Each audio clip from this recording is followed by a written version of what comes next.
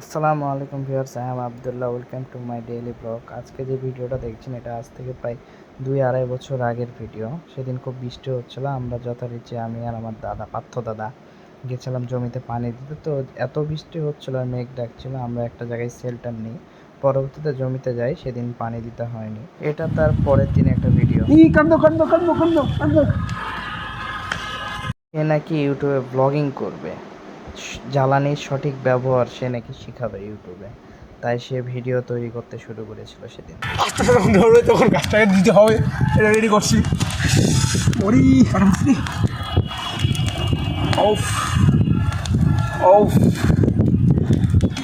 ঠান্ডার মধ্যে কি সুন্দর শীতে ভালো লাগছে।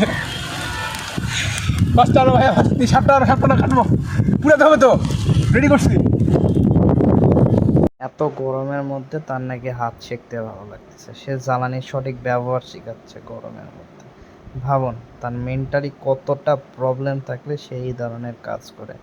আরও দেখুন সামনে ভিডিওতে সে আরও কি করে। যদি মজা লাগে তাহলে অবশ্যই সাবস্ক্রাইব করিয়েন। কি বলে জ্বালানির সঠিক ব্যবহার। সে পরবর্তীতে রাত 8টা পর্যন্ত জ্বালানির সঠিক ব্যবহার শিখায়।